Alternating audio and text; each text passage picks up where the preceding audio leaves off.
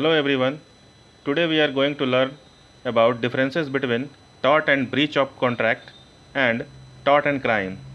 This will be our second lecture on law of torts. तो चलिए start करते हैं आज का ये वीडियो और देखते हैं क्या है difference between tort and crime. ठीक है, तो इसको स्टार्ट करने के पहले मैं आपको कुछ बेसिक सा डिफरेंस बता देता हूँ कि टॉर्ट है, टॉर्ट क्या है। Tort is a private wrong. Tort क्या है? टॉर्ट प्राइवेट रॉन्ग है। और on the other hand crime क्या है? Crime is a public wrong. Crime क्या है? पब्लिक रॉन्ग है। तो आपको यहाँ से टर्म से समझ में आ रहा होगा कि प्राइवेट और पब्लिक क्या होता है। ठीक है, प्राइवेट मतलब किसी एक इंडिविजुअल के अगेंस्ट, किसी वन इंडिविजुअल के अगेंस्ट, है ना। तो वो क्या होगा? टॉर्ट में कवर होगा। मान लीजिए कोई आपके घर के बगल वाले आपको परेशान करते हैं कोई भी एक्ट के द्वारा, ठीक है, तो आप उस इंडिविजुअल के अगेंस्ट स्यू कर सकते हैं। तो वो किस में होगा? वो प्राइवेट रॉन्ग के अंदर कवर होगा। सिर्फ आप ही उससे परेशान हो रहे हैं तब प्राइवेट रॉन्ग है। ठीक है, अगर उससे पूरी सोसाइटी प्रभावित हो रही है, पूरी सोसाइटी को डिस्टर्बेंस क्रिएट हो रहा है, तो क्या होगा? वो society at a large problem create करेगा। तो वहीं ऑन द अदर हैंड हम लोग क्राइम को देखते हैं, तो क्राइम क्या है? पब्लिक रॉन्ग है। मतलब क्राइम मतलब क्या है? एक पब्लिक रॉन्ग है। मतलब ये सोसाइटी एट ए लार्ज, मान लीजिए कहीं पे अगर ग्रीवियस हर्ट हुआ, कहीं पे मर्डर हुआ, रेप हुआ, तो उससे क्या होती है? पूरी सोसाइटी एट ए लार्ज प्रभावित होती है, डिस्टर्ब होती है मेंटली, मॉरली। ठीक है, तो इसलिए क्राइम क्या है? पब्लिक रॉन्ग है। ठीक है, और टॉर्ट के बारे में देखेंगे तो टॉर्ट क्या है? टॉर्ट उतना सीरियस के कैटेगरी में नहीं आता है। ठीक है, टॉर्ट उतना सीरियसनेस के कैटेगरी में नहीं आता है। लेकिन वहीं क्राइम क्या है? ये मोर सीवियर है। ये बहुत ही ज़्यादा क्या होता है? सीवियर होता है। ठीक है, तब चलते हैं आप सेकंड डिफरेंस की तरफ। तो इसमें क्या है कि टॉर्ट में क्या है? टॉर्ट में इंटेंशन और क्राइम में इंटेंशन का क्या रोल है, उसको देखते हैं। देखिए, टॉर्ट में जो है इंटेंशन एंड क्राइम में इंटेंशन, दोनों का रोल अलग अलग है। कैसे है उसको देखेंगे। ठीक है, टॉर्ट में जो इंटेंशन है रॉन्ग डूअर का, जो गलत करता है, जो अपराध करता है, ठीक है, तो वो उतना क्रूशियल नहीं है सभी केसेस में। In all cases it is not very essential, but in crime it is very essential. Intention is very essential. How? देखेंगे उसको कैसे क्राइम में इंटेंशन क्या है? बहुत ही ज़्यादा क्रूशियल है। ठीक है, तो मान लीजिए मैं एक एग्जांपल देता हूँ। जैसे मर्डर आप पढ़ेंगे तो मर्डर के अंदर दो कैटेगरी है, culpable homicide amounting to murder and culpable homicide not amounting to murder. ठीक है, मतलब उसका इंटेंशन था मारने का या इंटेंशन नहीं था। इसके अंदर एक इलस्ट्रेशन है, मैं उसको डील करता हूँ। इस एग्जांपल से आपको क्लियर हो जाएगा कि इंटेंशन का कितना बड़ा रोल है। ठीक है, इसमें क्या है कि एक पर्सन है, वो उसका इंटेंशन है कि बी को मारना, और उसको पता है, ए को पता है, क्या पता है? कि बी झाड़ी के पीछे है। ठीक है, और ये यहाँ से गन से गोली फायर करेगा। He will fire the bullet from this side, then B will be killed. उसको पता है कि अगर हम यहाँ से फायर करेंगे तो बी क्या हो जाएगा? मर जाएगा। लेकिन उसने गोली यहाँ से चलाई, लेकिन बी के जगह बी नहीं आता है, और यहाँ पे क्यों सी प्रेजेंट रहता है और सी को गोली लग जाती है। तो क्या होता है? सी यहाँ पे मर जाता है। लेकिन ए क्या डायरेक्टली लायबल है सी को मारने के लिए? नहीं, क्योंकि क्या है यहाँ पे? ए का इंटेंशन नहीं है सी को मारने का, ए का इंटेंशन है बी को मारने का। अगर यहाँ पे बी मरता तो क्या होता? ए लायबल होता। लेकिन यहाँ पे कौन मरा है? सी। ठीक है, तो ये अंतर है इंटेंशन का टॉर्ट और क्राइम में। अब चलते हैं आगे। टॉर्ट में क्या है? टॉर्ट में आपको कोई भी केस के लिए आपको कंपनसेशन मिल जाएगा अगर आप प्रूव कर देंगे कि you are liable under tort. ठीक है, he is any person is liable under a tort. ठीक है, टॉर्ट के अंदर उसने वो अपराध किया है टॉर्ट का, और मान लिया जाए नेग्लिजेंस किया है, या कोई भी मतलब न्यूसेंस क्रिएट कर रहा है, या उसकी लाइबिलिटी थी आइदर विकेरियस और स्ट्रिक्ट लाइबिलिटी थी, उसके अंदर वो पर्सन लाइबल है तो आपको वहाँ से क्या होगा, कंपनसेशन मिल जाएगा। लेकिन क्राइम में अगर आप प्रूव कर देंगे कि कोई पर्सन XYZ जो कोई भी है उसने क्राइम किया है, तो वहाँ पे उसको क्या होगा, उसको पनिशमेंट दिया जाएगा बाय कोर्ट। ठीक है, उसको पनिशमेंट दिया जा सकता है। कुछ केसेस में क्या होता है, कंपनसेशन का भी दिया जाता है, पनिशमेंट प्लस कंपनसेशन भी दिया जाता है इन क्रिमिनल केसेस। ठीक है, एक और डिफरेंस है टॉर्ट में कि टॉर्ट में सेटलमेंट का प्रोसीजर है। आप चाहें तो टॉर्ट में सेटलमेंट कर सकते हैं, कंप्रोमाइज़ कर सकते हैं। आप क्या कर सकते हैं, कंप्रोमाइज़ कर सकते हैं, सेटलमेंट कर सकते हैं बाहर। लेकिन इन क्राइम में सेटलमेंट क्या है, सेटलमेंट पॉसिबल नहीं है, कॉम्प्रोमाइज़ पॉसिबल नहीं है, क्योंकि क्राइम क्या होती है, अगेंस्ट द स्टेट होती है ना, अगेंस्ट द स्टेट होती है। ठीक है, कैसे, क्योंकि क्राइम में क्या होता है, कोई भी केस होता है, जैसे टॉर्ट में केस हुआ तो जो पर्सन अफेक्टेड है वही क्या कर सकते हैं, इसमें स्यू कर सकते हैं, वही क्या कर सकते हैं। मान लीजिए ए अफेक्टेड पर्सन है बी से, तो ए बी के अगेंस्ट क्या कर सकता है, केस फाइल कर सकता है, ए ही फाइल कर सकता है, कोई तीसरा आदमी बी के अगेंस्ट केस फाइल नहीं कर सकता है। लेकिन in crime it is different. जैसे मान लीजिए कि आसपास में क्या होता है, मर्डर होता है या कुछ भी होता है, hurt, grievous hurt, different type का कुछ भी क्राइम हुआ, तो उसके लिए क्या होती है, पुलिस आती है, क्योंकि क्राइम क्या है, अगेंस्ट द स्टेट माना जाता है। क्राइम क्या किसके अगेंस्ट माना जाता है, अगेंस्ट द स्टेट। और एक छोटा सा डिफरेंस ये भी है कि टॉर्ट जो है वो क्या है, टॉर्ट ये कोडिफाइड नहीं है और क्राइम क्या है, कोडिफाइड है। कोडिफाइड करने का मतलब जैसे आप देखते हैं आईपीसी है हमारा और सीआरपीसी है, एविडेंस एक्ट है, तो ये सब क्या है, कोडिफाइड है। लेकिन टॉर्ट क्या है, कोडिफाइड नहीं है। अब चलते हैं, अब देखते हैं कि और क्या क्या डिफरेंस बच गया है, उसको भी हम लोग करेंगे। देखिए, डिफरेंस में सबसे पहले क्या है, डेफिनेशन टॉर्ट का क्या है, टॉर्ट है क्या है, सिविल रॉन्ग है। ठीक है, जिसमें क्या होता है, हार्म होता है किसी इंडिविजुअल का। और क्राइम क्या है, crime is a public wrong, society at a large, इसमें क्या होता है, अगेंस्ट द स्टेट होती है। ठीक है, अगेंस्ट द सोसाइटी होती है। इसका पर्पस क्या है, टॉर्ट का पर्पस क्या है, कंपनसेशन देना, और क्राइम का पर्पस क्या है, पनिश करना। पार्टीज इन्वॉल्व ये उतना क्रूशियल नहीं है, इसको आप स्किप कर सकते हैं। नेचर ऑफ प्रोसीडिंग को देखें तो टॉर्ट में क्या है, नेचर ऑफ प्रोसीडिंग क्या है, सिविल प्रोसीडिंग है, और क्राइम में क्या है, क्रिमिनल प्रोसीडिंग चलता है। अब बर्डन ऑफ प्रूफ क्या होता है कि बर्डन ऑफ प्रूफ क्या है कि जिसके अगेंस्ट कोई मान लीजिए क्राइम होता है, जिसके अगेंस्ट मान लीजिए ए के अगेंस्ट कोई क्राइम हुआ है, तो ए को प्रूफ करना पड़ेगा कि उसके अगेंस्ट क्राइम हुआ है। ठीक है, तो ये होती है बर्डन ऑफ प्रूफ। ठीक है, तो टॉर्ट में क्या होता है, on the balance of the probabilities, court क्या करती है, प्रोबेबिलिटीज़ के आधार पर प्रोबेबिलिटी को बेस बना के क्या करती है, डिसीजन देती है अपना। और क्राइम में क्या आता है, बियॉन्ड रीजनेबल डाउट्स, मतलब कोई भी डाउट छूटना नहीं चाहिए। ऑल डाउट्स को कोर्ट क्या करती है, रीजनेबल जितना भी तरह का रीजनिंग है सबको कोर्ट क्या करती है, सॉल्व करती है, और उसके बाद क्या करती है, कोर्ट एक रैशनल जजमेंट देती है। अब टॉर्ट में देखेंगे आउटकम क्या है, टॉर्ट में क्या होगा, कोई भी मान लीजिए कोई भी केस आया तो उसके लिए क्या है, कंपनसेशन या इंजेक्शन दिया जाता है। ठीक है, और क्राइम में क्या होता है, पनिशमेंट दिया जाता है, पनिश किया जाता है रॉन्ग डूअर को। ठीक है, या दोनों चीज़ किस, इन सम केसेस फाइन और इम्प्रिजनमेंट दोनों दिया जाता है, दोनों का प्रावधान है। ठीक है, अब एग्जाम्पल देखेंगे टॉर्ट में क्या क्या एग्जाम्पल है। टॉर्ट में डिफेमेशन है, नेग्लिजेंस है, न्यूसेंस है, विकेरियस लाइबिलिटी है, स्ट्रिक्ट लाइबिलिटी है, ये सब टॉर्ट का एग्जाम्पल है। और क्राइम का एग्जाम्पल क्या है, थेफ्ट है, मर्डर है, असॉल्ट है, रेप है, बहुत कुछ है, हर्ट है, ग्रीवियस हर्ट है। अब देखिए इंटेंशन, जो मैंने आपको बता चुका हूँ, इंटेंशन क्राइम और टॉर्ट में क्या क्या है। ठीक है, और लीगल रेमेडी, टॉर्ट में लीगल रेमेडी क्या है, आपके लिए सिविल रेमेडी है, आपको कंपनसेशन मिल जाएगा।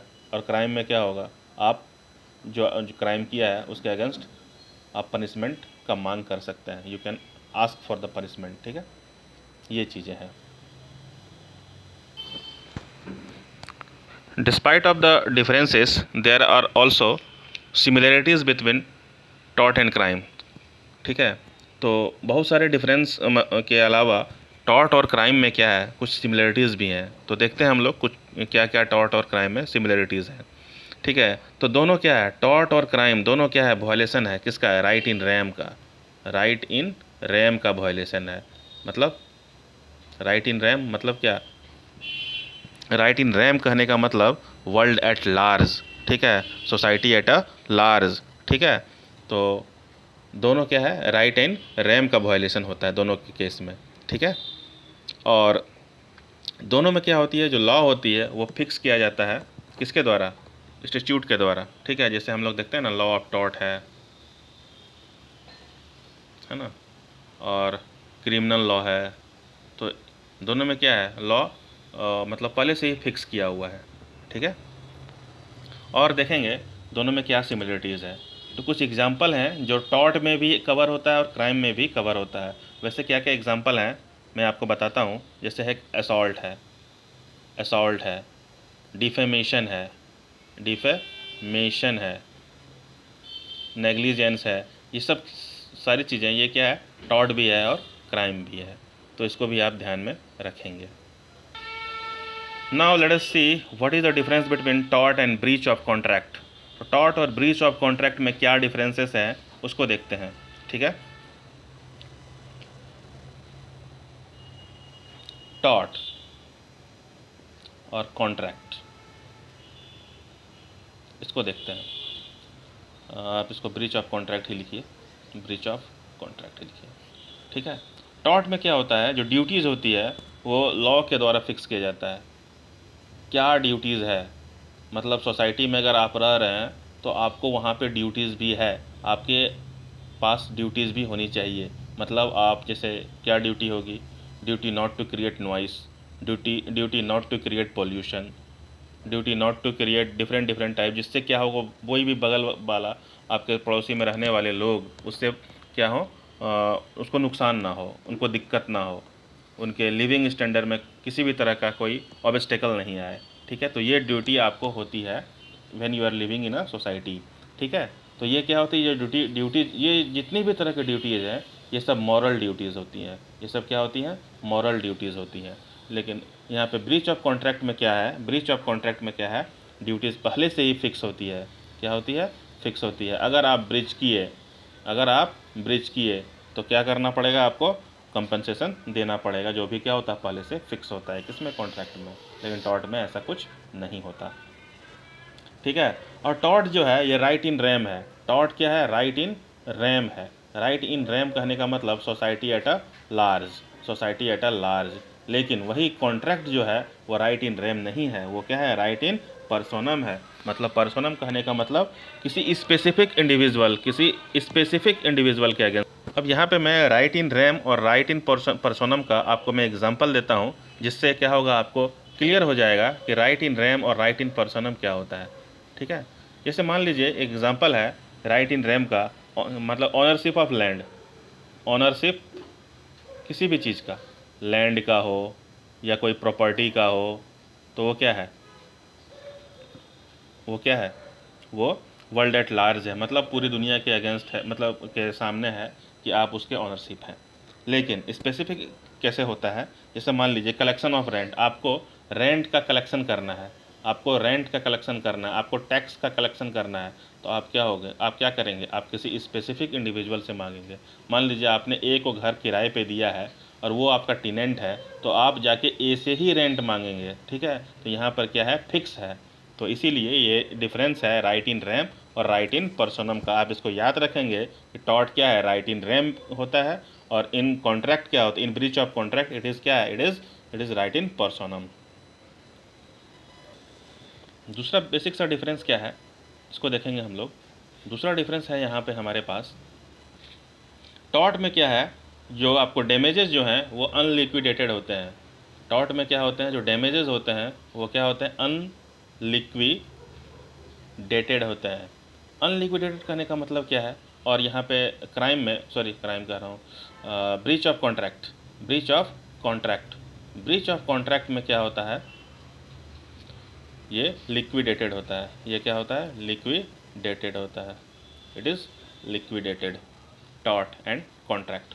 अब देखिए लिक्विडेटेड और अनलिक्विडेटेड कहने का क्या मतलब है, क्या मीनिंग है इसका, इसको समझेंगे, ठीक है। अनलिक्विडेटेड मतलब जो चीज़, जो कंपनसेशन पहले से ही फिक्स नहीं हो, जो कंपनसेशन पहले से ही फिक्स नहीं किया गया हो, तो वो क्या होंगे, अनलिक्विडेटेड होंगे।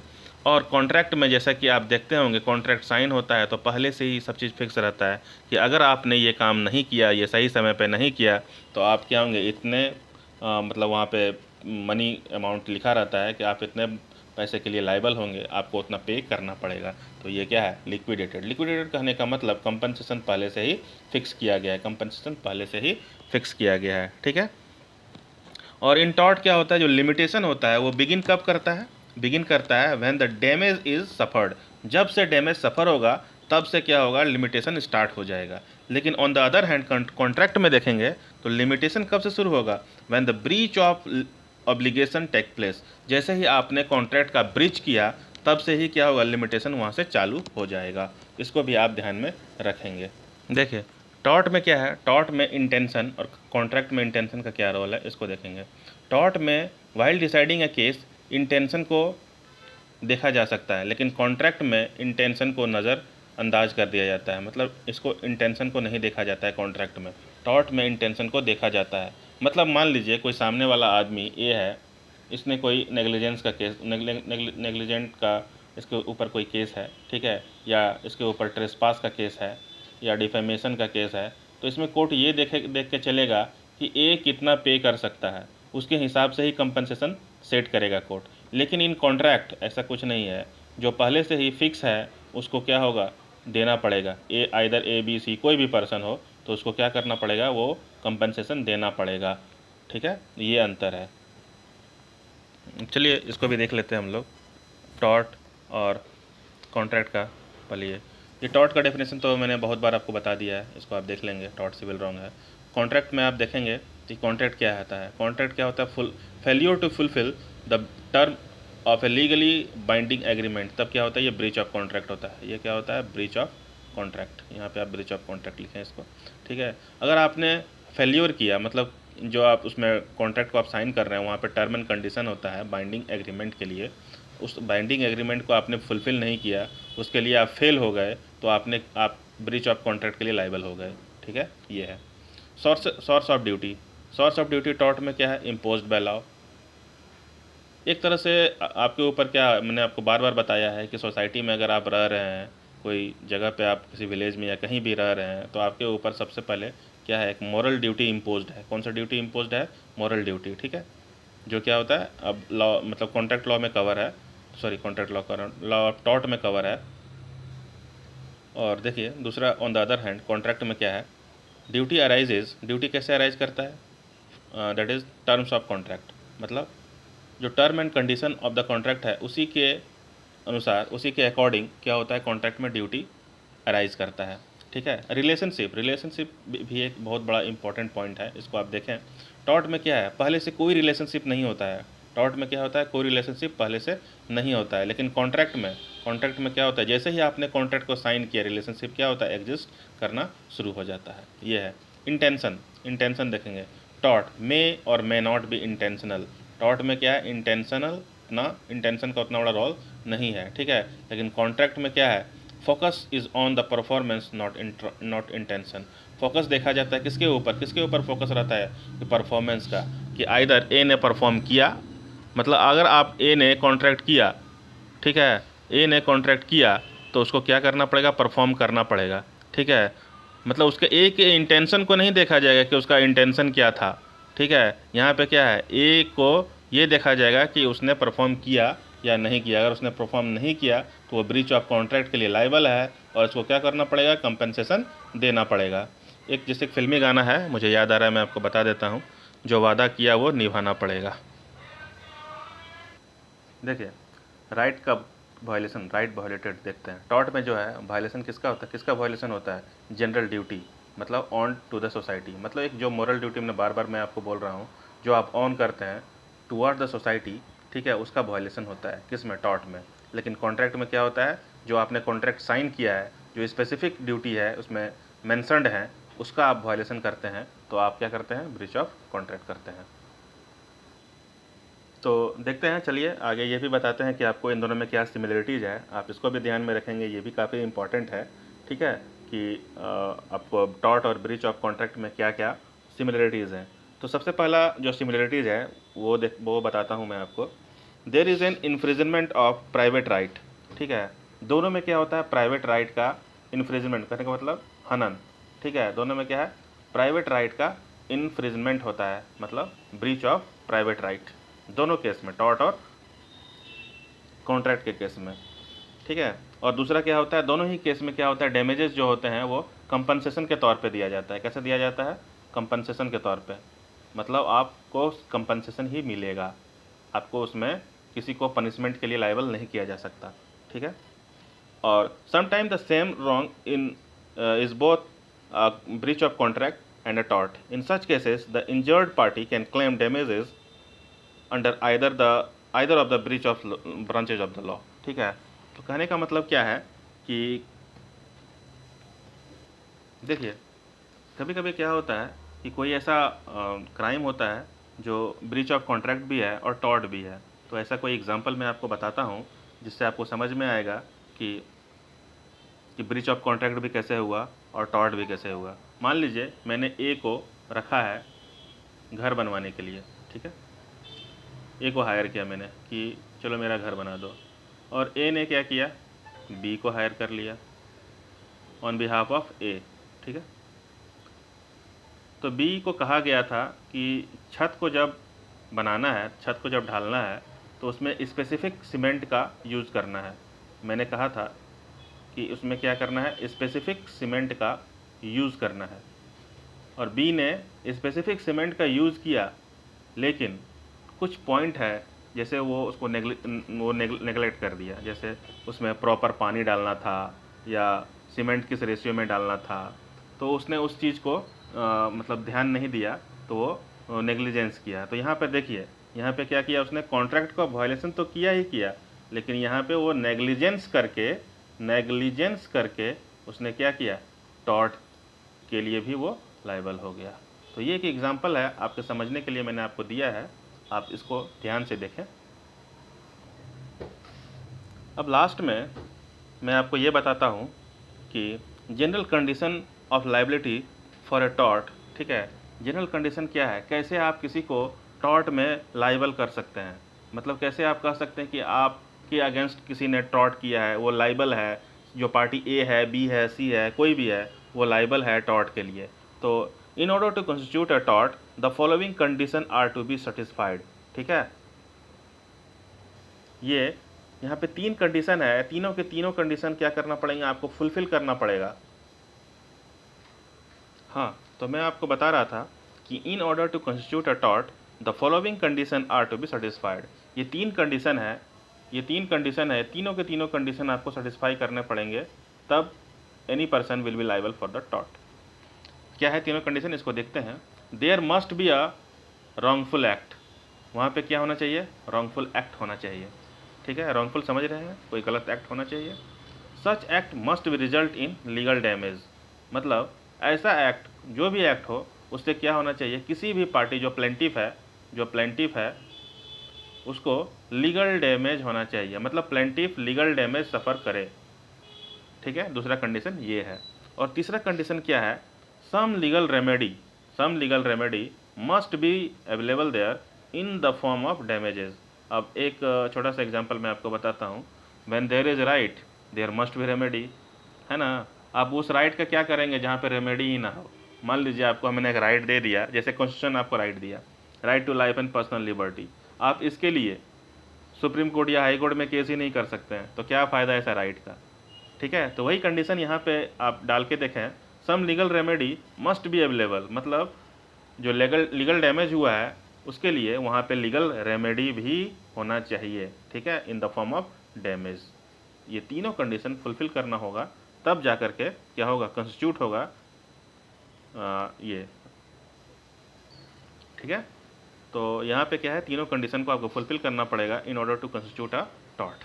ठीक, थैंक यू। तो मिलेंगे नेक्स्ट लेक्चर में। अगर आपको यहाँ पे कोई परेशानी हो रहा है तो डिस्क्रिप्शन में मैं आपको अपना व्हाट्सएप नंबर दूंगा, जिससे क्या होगा, आप कोई भी डाउट मुझसे पूछ सकते हैं। तो ठीक है, मिलते हैं नेक्स्ट वीडियो में। Thank you.